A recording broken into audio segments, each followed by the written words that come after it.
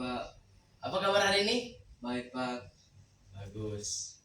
Nah, sebelum kita memulai pelajaran, Bapak mau tanya dulu. Tadi pagi siapa yang sudah membuang sampah? Saya Pak. Nah, Valdi sudah membuang sampah apa tadi pagi? Saya membuang sampah jenis plastik tadi pagi. Nah, jenis plastik itu sendiri adalah sampah anorganik. Nah, kebetulan hari ini kita belajar tentang sampah organik dan non-organik. Oke. Bapak ada dua buah contoh. Kedua buah contoh ini ada perbedaannya atau tidak? Ada Pak. Apa perbedaannya, Valdi? Kalau yang satu plastik, yang satu jangan telur. Nah, untuk kita mulai dari anorganik dulu. Sampah anorganik adalah sampah yang bukan berasal dari makhluk hidup. Sampah ini membutuhkan waktu jutaan bahkan ratusan tahun untuk terurai. Bahkan tidak bisa terurai. Untuk sampah organik sendiri, sampah yang berasal dari makhluk hidup, bisa dari hewan maupun tumbuhan. Nah, bayangkan jika Valdi membuang sampah kulit pisang di depan rumah. Seminggu kemudian, sampah itu akan terurai menjadi tanah yang diurai oleh bakteri. Oke. Jadi, Valdi sudah tahu apa itu sampah organik dan non-organik? Siap tahu Pak. Oke. Coba sebutkan 3 sampah organik dan non-organik. Kalau sampah organik itu Sampah yang berasal dari makhluk hidup ya, dan tumbuhan. Ya, bagus.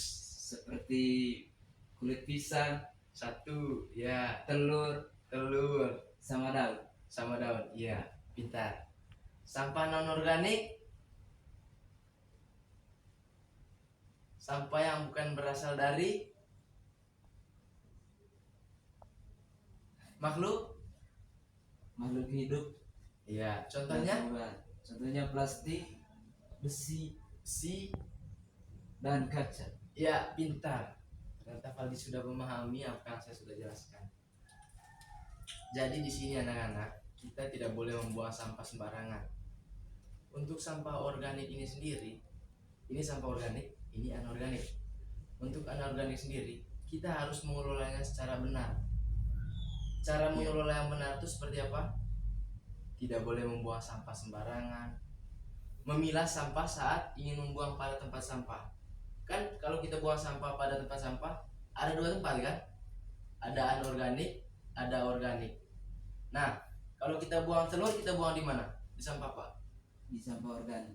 Nah, kalau kita buang bungkusan beng-beng ini, Anorganik. pintar Valdi.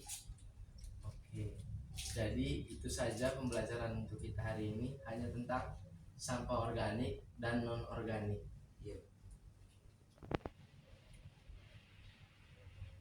Ada berbagai keunggulan dan kelemahan dari berbagai sampah ini.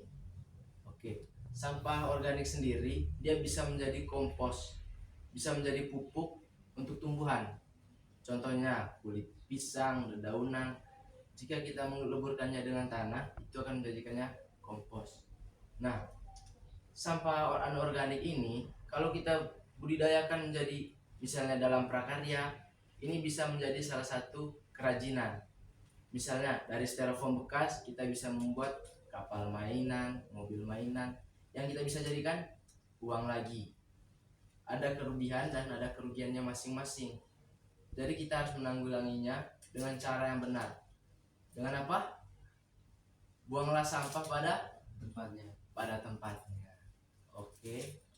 Sekian saja pembelajaran hari ini. Terima kasih. Selamat siang. Siang Pak.